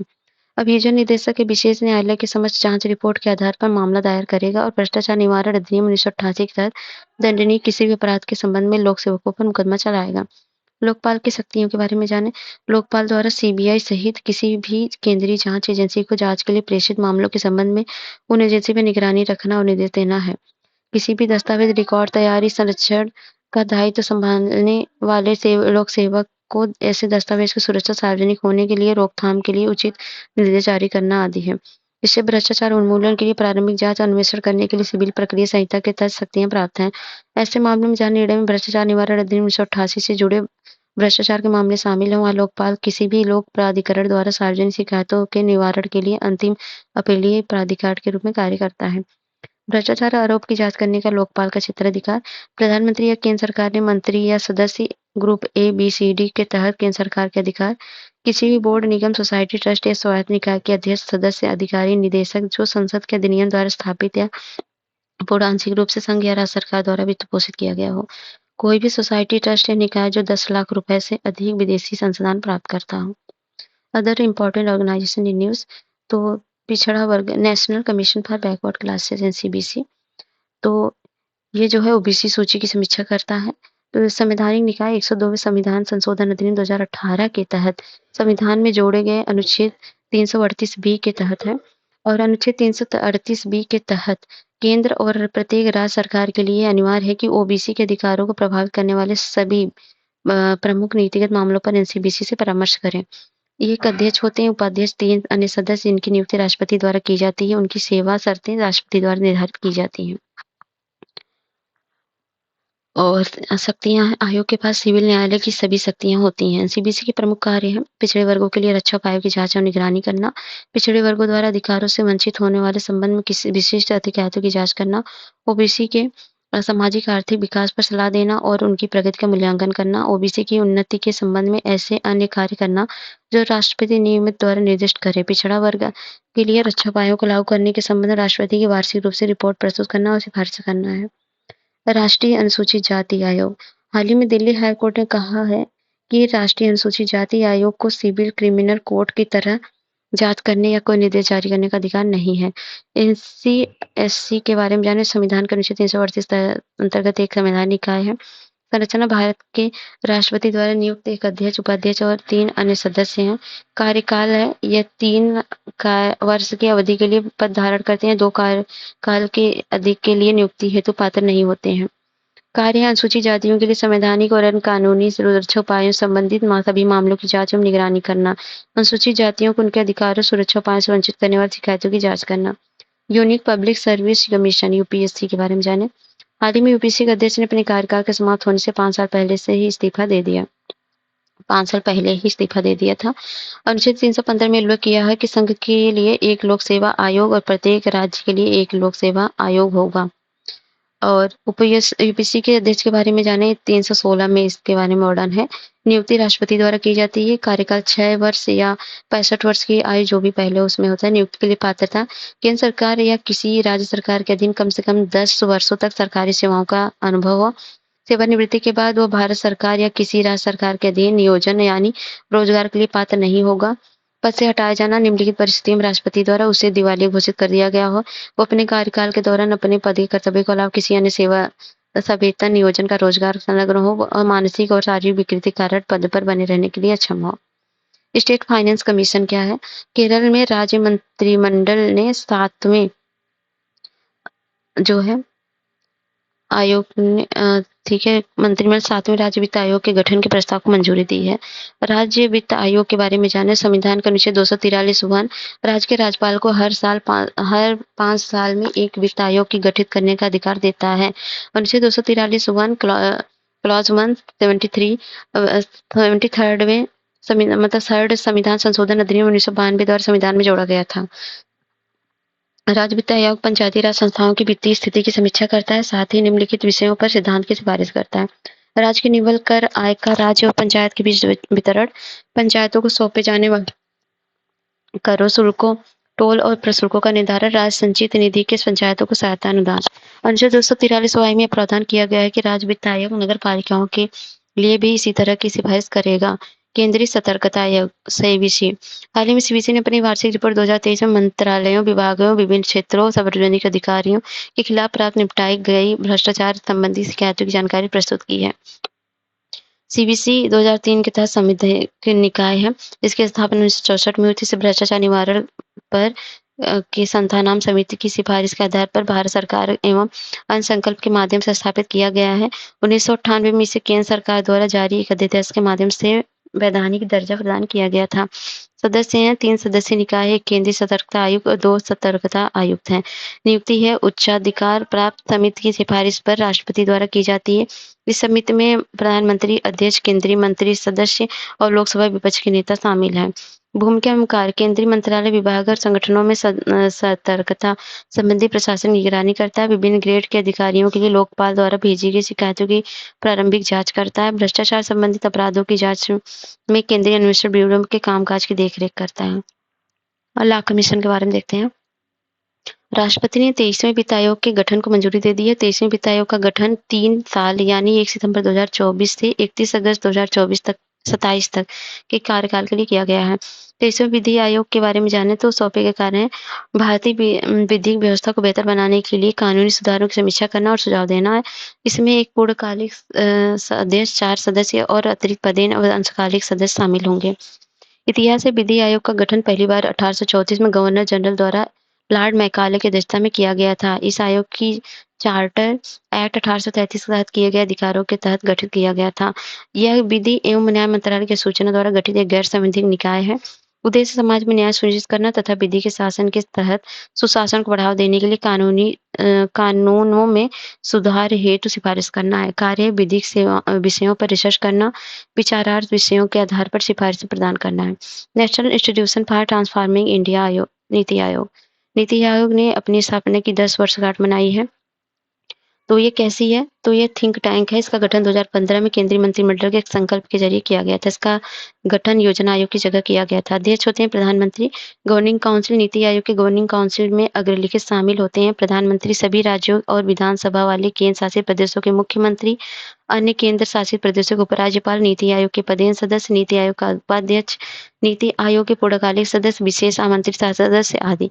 पदेन सदस्यों में प्रधानमंत्री द्वारा नामित केंद्रीय परिषद के अधिकतम 4 सदस्य होते हैं। विशेष आमंत्रित सदस्यों में प्रधानमंत्री द्वारा नामित प्रासंगिक क्षेत्र का ज्ञान रखने वाले एक्सपर्ट्स, स्पेशलिस्ट और प्रैक्टिशनर्स होते हैं। क्षेत्रीय परिषदें हैं, इनका काम एक से अधिक राज्य या किसी एक क्षेत्र को प्रभावित करने वाली विशेष समस्याओं और आपात स्थितियों या आकस्मिकताओं का समाधान करना है। मुख्य कार्यकारी अधिकारी, इस पद पर भारत सरकार के सचिव रैंक के अधिकारी को प्रधानमंत्री द्वारा नियुक्त किया जाता है। सीईओ को एक निश्चित कार्यकाल के लिए नियुक्त किया जाता है। इसे मुख्य रूप से 2 तरह के काम सौंपे गए हैं। देश में सतत विकास लक्ष्यों को अपनाने एवं उन्हें हासिल करने की दिशा में दिए गए जाने वाले प्रयासों की निगरानी करना है। राज्यों एवं केंद्र शासित प्रदेशों के बीच प्रतिस्पर्धात्मक सहकारी संघवाद को बढ़ावा देना है। नीति आयोग द्वारा जारी किए जाने वाले एसडीजी इंडिया इंडेक्स, राष्ट्रीय बहुआयामी निर्धनता सूचकांक, systematic transformation of school education, 7ई रिपोर्ट, निर्यात तैयारी सूचकांक आती है। यूनिवर्सल पोस्टल यूनियन क्या है? तो यूनियन पोस्टल यूनियन की 150वीं वर्षगांठ मनाई गई है।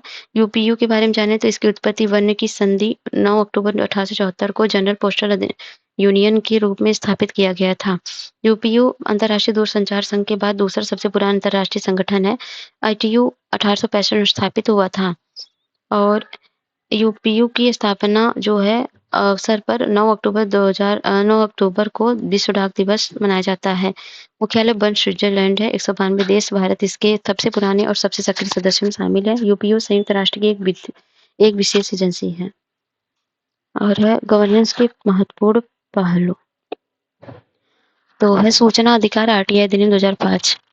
तो वर्ष 2025 में सूचना का अधिकार अधिनियम 2005 को लागू किया गया। 20 साल पूरे हो गए हैं, इसलिए इसके प्रभाव और आरटीआई अधिनियम के सामने आने वाली चुनौतियों का विचार करना महत्वपूर्ण है। आरटीआई अधिनियम के बारे में जानें। इसकी उत्पत्ति अधिनियम जून 2005 में पारित हुई था और अक्टूबर 2005 में लागू हुआ था। उद्देश्य यह अधिनियम का नागरिकों को लोक प्राधिकरणों के नियंत्रण में उपलब्ध सूचना तथा उन तक पहुंच प्राप्त करने का अधिकार प्रदान करता है। समन्वयक एजेंसी है। कार्मिक, लोक शिकायत और पेंशन मंत्रालय के तहत कार्मिक और प्रशिक्षण विभाग है।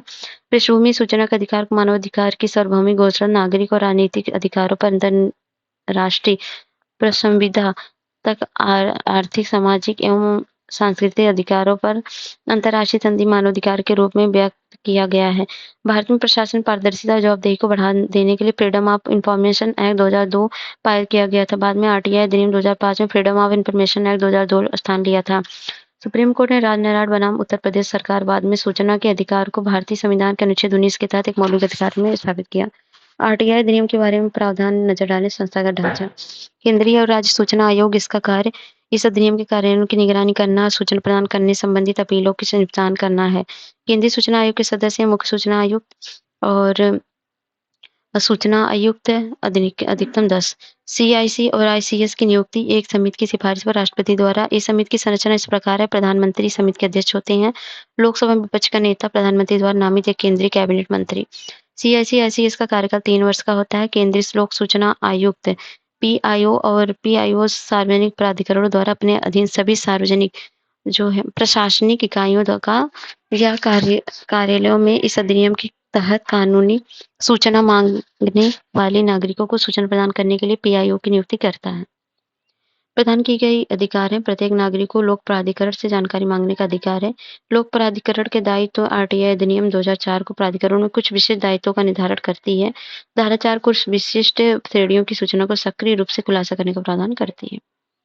चलिए नेक्स्ट है इसको करते हैं आधार के बारे में। सुप्रीम कोर्ट ने कहा कि यद्यपि आधार कार्ड का उपयोग पहचान स्थापित करने के लिए किया जा सकता है, परंतु यह जन्म तिथि का आधिकारिक प्रमाण नहीं है। तो भारतीय विशिष्ट पहचान प्राधिकरण है। गठन यूडीआई आधार अधिनियम 2016 प्रावधानों के तहत स्थापित की वैधानिक निकाय है, जो 2016 में भारत सरकार द्वारा इलेक्ट्रॉनिक्स और सूचना प्रौद्योगिकी मंत्रालय के तहत स्थापित किया गया था। कार्य विशिष्ट पहचान संख्या जारी करना, ये आधार कार्ड बनाने से उसमें सुधार करने और जारी करने का काम करती है। साथ ही यह आधार नामांकन, प्रमाणीकरण और अपडेशन प्रक्रियाओं को नियंत्रित करती है। आधार संख्या धारकों की पहचान संबंधी जानकारी, प्रमाणीकरण, रिकॉर्ड की सुरक्षा व गोपनीयता सुनिश्चित करना। व्यक्तियों को आधार संख्या जारी करने के लिए नीति, प्रक्रिया, प्रणाली विकसित करना है। आधार की प्रमुख विशेषताएं देखते हैं। 12 अंकों की विशिष्ट संख्या है। किसी भी नागरिक के पास इसकी डुप्लीकेट संख्या नहीं हो सकती क्योंकि यह उनकी व्यक्तिगत बायोमेट्रिक से जुड़ा है। यह भारतीय विशिष्ट पहचान प्राधिकरण द्वारा जारी किया जाता है। इसे यूडीआई द्वारा निष्क्रिय किया जा सकता है या हटाया जा सकता है। क्रम रहित सहित संख्या। आधार नामांकन प्रक्रिया में जाति, धर्म, आय व स्वास्थ्य, भूगोल आदि जैसे विवरण शामिल नहीं होते हैं। पते और पहचान का प्रमाण। तो यह भारत के निवासियों के लिए पहचान और पते के प्रमाण के रूप में कार्य करता है। हालांकि आधार नागरिक का प्रमाण नहीं है। व्यापक प्रौद्योगिकी अवसंरचना। यूआईडी की अवसंरचना ओपन स्केलेबल और इसमें अनागरिक का डेटा केंद्रीय रूप से भंडारित किया जाता है। इसे देश में कहीं भी ऑनलाइन प्रमाणित किया जा सकता है। इलेक्ट्रॉनिक लाभ अंतरण। यूआईडी से जुड़े बैंक खाते को नेटवर्क निवासियों के सीधे लाभ पहुंचाने के लिए एक सुरक्षित और कम लागत वाला मंच प्रदान करता है। लक्ष्य डिलीवरी। केंद्र राज्य सरकार भारत की संचित निधि या राज्य की संचित निधि से वित्त पोषित योजनाओं के तहत लाभ सब्सिडी प्रदान करने के लिए लाभार्थियों का आधार नंबर सत्यापन अनिवार्य कर सकती है। आधार अधिनियम की संवैधानिक न्यायमूर्ति के एस पुट्टास्वामी बनाम भारत संघ। आधार वित्तीय एवं सब्सिडी लाभ और सेवाओं का लक्षित विवरण। तो अधिनियम 2016 को सुप्रीम कोर्ट ने चुनौती दी थी कि इस चुनौती का आधार अधिनियम को धन विधेयक के रूप में पारित करना और इसलिए इस प्रक्रिया में संसद के ऊपरी सदन को महत्व नहीं दिया जाता है। के एस पुट्टास्वामी से जुड़े निर्णय 2018 में सुप्रीम कोर्ट ने आधार अधिनियम की संवैधानिकता की पुष्टि की थी। कोर्ट के निर्णय के मुख्य निष्कर्ष हैं। आधार मेटा डेटा को 6 महीने से अधिक समय तक संग्रहित नहीं किया जा सकता है। यह अधिनियम भारतीय संविधान के अनुच्छेद 14, 15, 19 और 21 के तहत मौलिक अधिकारों का उल्लंघन नहीं करता है। समाज कल्याण योजनाओं का लाभ प्राप्त करने के लिए आधार अनिवार्य होगा। इसी लोगों पर बैंक खाता खुलवाने या मोबाइल एवं इंटरनेट कनेक्शन के लिए एक अनिवार्य शर्त के रूप में नहीं थोपा जा सकता है। राज्य आधार डेटा साझा करने के लिए निजी कंपनियों के साथ अनुबंध नहीं कर सकता क्योंकि यह निजता के अधिकार का उल्लंघन है। Centrally sponsored scheme. हाल ही में व्यय संबंधी सुधारों के भाग के रूप में नीति आयोग ने केंद्र प्रायोजित योजनाओं में सुधार की प्रक्रिया शुरू की है। सीएसएस के प्रकार हैं। कोर योजना। ये योजनाएं राष्ट्रीय विकास एजेंडा में शामिल होती हैं। उदाहरण हरित क्रांति, प्रधानमंत्री कृषि सिंचाई योजना, प्रधानमंत्री ग्राम सड़क योजना, स्वच्छ Bharat mission. Core of the core योजना। इसके तहत सामाजिक सुरक्षा, सामाजिक समावेशन के लिए 6 योजनाएं शामिल है। राष्ट्रीय विकास एजेंडा के लिए उपलब्ध निधियों में इसका स्थान सबसे पहले आता है। मनरेगा राष्ट्रीय सामाजिक सहायता कार्यक्रम अनुसूचित जातियां, अनुसूचित जनजातियां, अन्य पिछड़े वर्गों, दिव्यांगजनों तथा अन्य कमजोर समूहों के विकास के लिए 3 अम्ब्रेला योजनाएं, अल्पसंख्यकों के विकास के लिए अम्ब्रेला कार्यक्रम आदि है। वैकल्पिक योजनाएं। राज्यों को यह चयन करने की स्वतंत्रता होती है कि वे किस योजना को लागू करना चाहते हैं। उसके लिए केंद्रीय वित्त मंत्रालय द्वारा फंड आवंटित किया जाता है। उदाहरण सीमा क्षेत्र के विकास कार्यक्रम, श्यामा प्रसाद मुखर्जी रूर्बन मिशन आदि है। केंद्र प्रायोजित योजनाओं के बारे में जाने तो ऐसी योजनाएं जिन्हें केंद्र और राज्य सरकार द्वारा संयुक्त रूप से वित्त पोषित किया जाता है, उन्हें संविधान की राज्य सूची समर्थित सूची में आने वाले क्षेत्रों में राज्यों की सहायता से कार्यान्वित किया जाता है। विशेषताएं। सीएसएस का वर्तमान ढांचा। सीएसएस के युक्तिकरण पर मुख्यमंत्री के उपसमूह की रिपोर्ट 2015 पर आधारित है। फोकस है। तो सीएसएस का फोकस उन योजनाओं पर रहता है जिन्हें विजन 2022 को साकार करने के लिए राष्ट्रीय विकास एजेंडा में शामिल किया गया है। इसके तहत केंद्र और राज्यों को एक साथ मिलकर कार्य करने की आवश्यकता होती है। वर्तमान स्थिति है। वर्तमान में 75 केंद्र प्रायोजित योजनाएं चल रही हैं जिन्हें 3 श्रेणी में वर्गीकृत किया जाता है। जिस केंद्रीय बजट 2024-25 के अनुसार मौजूदा संबंध केंद्र सरकार अपने कुल बजटीय व्यय का 10.4% वर्तमान में चल रहे 75 सीएसएस का खर्च करती है। वित्त पोषण। राज्यों को सीएसएस के लिए सभी हस्तांतरण राज्य की संचित निधि के माध्यम से किए जाते हैं। इसका अर्थ यह है कि धनराशि सीधे राज्य के प्राथमिक सरकारी खाते में जमा की जाती है। 14वें वित्त आयोग की सिफारिश में 2017 में योजना एवं गैर योजना भेद को समाप्त करने के लिए सीएसएस तथा केंद्रीय क्षेत्र की योजना द्वारा संघ राज्य क्षेत्रों को विशेष उद्देश्य हेतु फंड ट्रांसफर का प्राथमिक साधन बन गई है। पूर्व योजना के लिए वित्त पोषण का ढांचा। 8 पूर्वोत्तर राज्य, 3 हिमालयी राज्य की योजना के वित्त पोषण में केंद्र व राज्यों की हिस्सेदारी 90:10 की होती है और अन्य योजना के लिए वित्त पोषण में 60-40 का होता है। मतलब 60 केंद्र का, 40 राज्य का। केंद्र शासित प्रदेश में विधानसभा नहीं होती है, वहां पर 100% होता है। मिशन कर्मयोगी। हाल ही में क्षमता निर्माण आयोग सीबीसी की स्थापना के 3 वर्ष पूरे हैं। इसका गठन राष्ट्रीय सिविल सेवा क्षमता निर्माण कार्यक्रम एनपीसीएसबी मिशन कर्मयोगी के हिस्से के रूप में 2021 में किया गया था। एनपीसीएससीबी का संस्थागत फ्रेमवर्क प्रधानमंत्री के नेतृत्व में मानव संसाधन परिषद शीर्ष निकाय है। मंत्रिमंडल सचिवालय समन्वय इकाई है निगरानी निरीक्षण के लिए। क्षमता निर्माण आयोग प्रशिक्षण मानक संसाधन साझा कर और केंद्रीय प्रशिक्षण संस्थान का निरीक्षण। स्पेशल पर्पज व्हीकल सरकार को परसेंट स्वामित्व के अधीन online learning platform iGOT Karmayogi है। इसके बारे में जाने तो एनपीसीएससीबी का उद्देश्य एक ऐसे पेशेवर अच्छी तरह से प्रशिक्षित और बहुमुखी सिविल सेवा का निर्माण करना है जो भारत की विकास संबंधी कक्षाओं और राष्ट्रीय कार्यक्रमों प्राथमिकताओं को पूर्ण करने में सक्षम हो। मिशन कर्मयोगी एक मार्गदर्शन सिद्धांत है। नियम आधारित भूमिका आधारित प्रशिक्षण और क्षमता निर्माण की ओर बदलाव। क्षमता विकास के लिए योग्यता आधारित दृष्टिकोण को अपनाना। 70, 20 और 10 अधिक अधिदेश। 70% सीखना नौकरी के अनुभव को चिंतन से आता है। 20% सीखना दूसरों के साथ काम करने से आता है और 10% नियोजित प्रशिक्षण से आता है। सरकार में अलग अलग विभागों के लिए बीच बेहतर तालमेल बनाना है। क्षमता निर्माण आयोग के बारे में कैपेसिटी बिल्डिंग कमीशन सीबीसी के बारे में जाने। इसका गठन 2021 में भारत के राजपत्र में प्रकाशित एक अधिसूचना के जरिए किया गया था। कार्मिक और प्रशिक्षण विभाग ने अधिसूचना जारी की थी। सीबीसी के बारे में जाने तो इसे एक स्वतंत्र निकाय के तौर पर गठित किया गया था। आयोग को पूरी तरह से कार्यकारी और वित्तीय सहायता प्रदान करता है। इसमें 3 सदस्य, एक अध्यक्ष और 2 सदस्य होते हैं और इन्हें एक सचिव, भारत सरकार और संयुक्त सचिव ग्रेड का एक अधिकारी की अध्यक्षता वाले आंतरिक महासचिवालय द्वारा सहायता प्रदान की जाती है और सचिव आयोग का भी सचिव होता है। सदस्यों की विविध पृष्ठभूमि नियुक्त किया जाता है ताकि वे राज्य सरकार, सार्वजनिक क्षेत्र, निजी क्षेत्र और शिक्षा क्षेत्र आदि का प्रतिनिधित्व सुनिश्चित कर सकें। इसका उद्देश्य सहयोगात्मक और साझा नजरिया अपनाते हुए विश्वसनीय एवं समान दृष्टिकोण वाले क्षमता निर्माण को आकार देना है। कार्य और जिम्मेदारियां विभाग, मंत्रालय, एजेंसियों की वार्षिक क्षमता निर्माण योजना तैयार करने में सुविधा प्रदान करना है। सिविल सेवाओं की वार्षिक स्थिति रिपोर्ट तैयार करना है। मिशन के ज्ञान भागीदारों का अनुमोदन करना है तथा क्षमता के अनुसार संसद संसाधनों के निर्माण के लिए सामंजस्यपूर्ण व एकीकृत दृष्टिकोण विकसित कर सकें। और है शिकायत निवारण तंत्र। तो हाल ही में कार्मिक लोक शिकायत और पेंशन मंत्रालय ने लोक शिकायत से निपटने के लिए व्यापक दिशा निर्देश जारी किया। इन दिशा निर्देशों का उद्देश्य शिकायत निवारण तंत्र को समयबद्ध, सुलभ और सार्थक बनाना है। अन्य संबंधित तथ्य हैं। लोक शिकायत के निवारण के लिए दिशा निर्देश मुख्य बिंदु पर नजर डालें। सभी मंत्रालय विभागों को लोक शिकायत के समाधान हेतु नोडल अधिकारियों की नियुक्ति की जाएगी। ये अधिकारी इन शिकायतों के त्वरित और निष्पक्ष और कार्यकुशलता समाधान सुनिश्चित करेंगे। प्रत्येक मंत्रालय विभाग में योजनाओं गतिविधियों की जानकारी रखने वाले डेडिकेटेड शिकायत प्रकोष्ठ स्थापित किए जाएंगे। प्रभावी शिकायत निवारण की मौजूदा समय सीमा 30 दिन से घटकर 21 दिन कर दी गई है। मंत्रालय विभागों की रैंकिंग के लिए मासिक आधार शिकायत निवारण मूल्यांकन सूचकांक जारी किया जाएगा। जीआरएआई को प्रशासनिक सुधार और लोक शिकायत विभाग ने परिकल्पित डिजाइन किया है।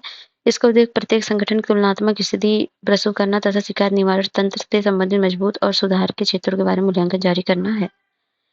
तो शिकायत निवारण तंत्र के बारे में जानें तो किसी संगठन का शिकायत निवारण तंत्र उसकी प्रभावशीलता के मापन हेतु सबसे महत्वपूर्ण उपकरण है, क्योंकि यह किसी भी संगठन के कामकाज के बारे में फीडबैक प्रदान करता है। केंद्र सरकार स्तर पर शिकायतों को निपटने के लिए 2 नामित नोडल एजेंसियां हैं। मॉप जीएनपी के अधीन प्रशासनिक सुधार और लोक शिकायत विभाग तथा कैबिनेट सचिवालय के अधीन लोक शिकायत निदेशालय। सीपीजीआरएम ग्राम्स 24x7 उपलब्ध कर एक ऑनलाइन प्लेटफॉर्म है। नागरिकों की सेवा नियंत्रण से जुड़े किसी भी विषय पर लोक अधिकारियों के अपनी शिकायतें दर्ज करने की सुविधा प्रदान करते हैं। और नेक्स्ट है जन योजना अभियान। तो सुर्खियों के में क्योंकि हाल ही में पंचायती राज मंत्रालय ने जन योजना अभियान शुरू किया है। इसमें 2025-26 की अवधि के लिए ग्राम पंचायत विकास योजना जीपीडीपीएस बनाने के लिए आरंभ किया गया है। पीपल प्लानिंग कैंपेन के बारे में जाने तो उद्देश्य है पंचायत के विकास संबंधित योजनाओं को तैयार करने की प्रक्रिया में लोगों की भागीदारी को बढ़ाना। इसे पहली बार 2 अक्टूबर 2018 को पंचायती राज मंत्रालय ने सबकी योजना सबका विकास के रूप में शुरू किया था। पंचायत के सभी 3 स्तरों पर इसका कार्यान्वयन किया जाएगा। इसे निर्वाचित प्रतिनिधियों, अग्रिम पंक्ति के सरकारी कर्मियों, समुदाय आधारित संगठनों और अन्य हितधारकों की सक्रिय भागीदारी के साथ सफल बनाया जाएगा। जन योजना अभियान के मुख्य घटक हैं। वित्त वर्ष 2025 और 26 के लिए ग्राम पंचायत विकास योजना, ब्लॉक पंचायत विकास योजना और जिला पंचायत विकास योजना तैयार करने हेतु सुनियोजित तरीके से गठित वार्ड सभा, महिला सभा, ग्राम सभा, ब्लॉक सभा, जिला सभा आयोजन किया जाएगा। ग्राम सभा वार कैलेंडर तैयार करने तथा पंचायती विकास सूचकांक के आधार पर विषयगत विकास संबंधी अंतरालों की पहचान करना, जिसे ग्राम सभा में प्रस्तुत किया जाता है।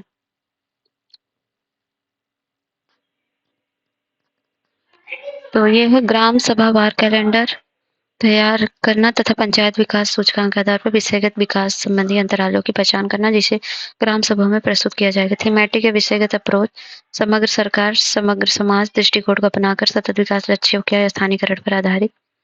पंचायती विकास सूचकांक एक मल्टी डोमेन और मल्टी सेक्टोरल इंडेक्स, इसका उपयोग पंचायतों के समग्र विकास प्रदर्शन और प्रगति का आकलन करने के लिए किया जाता है। समावेशी भागीदारी ग्राम पंचायत विकास योजना की तैयारी में सहायता के लिए युवाओं और 75 वर्ष से अधिक के बुजुर्गों को शामिल कर समावेशी भागीदारी पर जोर दिया गया है। मंजूरी प्राप्त प्रत्येक ग्राम पंचायत का विकास योजना को ई ग्राम स्वराज पोर्टल पर प्रकाशित किया जाएगा। Auditing of local bodies.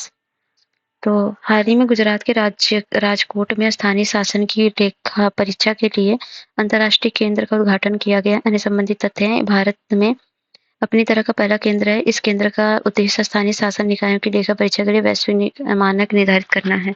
स्थानीय शासन की लेखा परीक्षा के लिए अंतर्राष्ट्रीय केंद्र के बारे में, यह नीति निर्माताओं और लेखा परीक्षकों के बीच सहयोग के एक मंच के रूप में कार्य करेगा। साथ ही यह लेखा परीक्षकों की क्षमता निर्माण के लिए उत्कृष्टता केंद्र के रूप में भी कार्य करेगा। यह स्थानीय शासन में लेखा परीक्षकों को स्वतंत्र रूप से कार्य करने में मदद करेगा। इससे स्थानीय सरकारों को वित्तीय प्रदर्शन के मूल्यांकन और सेवा प्रदान करने की सुविधा में व्यवस्था में सुधार होगा। यह जमीनी स्तर पर शासन में जुड़ी समस्याओं को दूर करने के लिए ज्ञान केंद्र और थिंक टैंक के रूप में कार्य करेगा। स्थानीय स्वशासन और उसके लेखा परीक्षण के बारे में, 73वें और 74वें संविधान संशोधन अधिनियम 1992 के द्वारा संविधान के भाग 9 में ग्रामीण अनुसूची तथा भाग 12A में जोड़े गए। इसमें स्थानीय शासन को संबंधित प्रावधान किए गए हैं। 2020 में पंचायती राज मंत्रालय ने पंचायत खातों का ऑनलाइन ऑडिट करने तथा जमीनी स्तर पर धन के उपयोग में जवाबदेही सुनिश्चित करने के लिए ऑडिट ऑनलाइन एप्लीकेशन विकसित की है। इस एप्लीकेशन को अंतर्राष्ट्रीय दूरसंचार संघ Geneva world summit on information society पुरस्कार 2023 सम्मानित किया गया। स्थानीय स्वशासन के निकायों की वर्तमान लेखा परीक्षा की प्रणाली है। नियंत्रक महालेखा परीक्षक को स्थानीय निकाय की लेखा परीक्षा करने का अधिकार कैग कर्तव्य, शक्ति एवं सेवा की शर्तें अधिनियम 1971 से प्राप्त होता है। कैग पंचायती राज संस्थाओं, शहरी स्थानीय निकायों के सभी 3 स्तरों के लेखाओं के उचित रखरखाव एवं लेखा परीक्षण और नियंत्रण रखता है, उनका पर्यवेक्षण करता है। अधिकतर राज्यों में स्थानीय निधि खातों के परीक्षक या स्थानीय निधि खातों के निदेशक लेखा परीक्षकों का कार्य करते हैं। ये संस्थाएं राज्य सरकार द्वारा स्थानीय शासन निकाय को आवंटित फंड के उपयोग की लेखा परीक्षा करती है। कैग स्थानीय निधि खातों के परीक्षक या स्थानीय निधि खातों के निदेशक को मार्गदर्शन और तकनीकी सहायता प्रदान करती है। कैग इन संस्थाओं का निरीक्षण भी करती है। स्थानीय निकायों की लेखा परीक्षा का संवैधानिक प्रावधान है। अनुच्छेद 243 स्थानीय निकायों को शक्ति के लिए हस्तांतरण के लिए मूल सिद्धांत सुनिश्चित करता है। 243 किसी राज्य के विधानमंडल कानून बनाकर पंचायतों द्वारा लेखाओं के रखरखाव और ऐसे लेखाओं के लेखा परीक्षा के संबंध प्रावधान कर सकता है। किसी 243 जेड या किसी राज्य का विधानमंडल कानून बनाकर नगर पालिकाओं द्वारा लेखाओं और रखरखाव और ऐसे लेखाओं की लेखा परीक्षा के संबंध प्रावधान कर सकता है।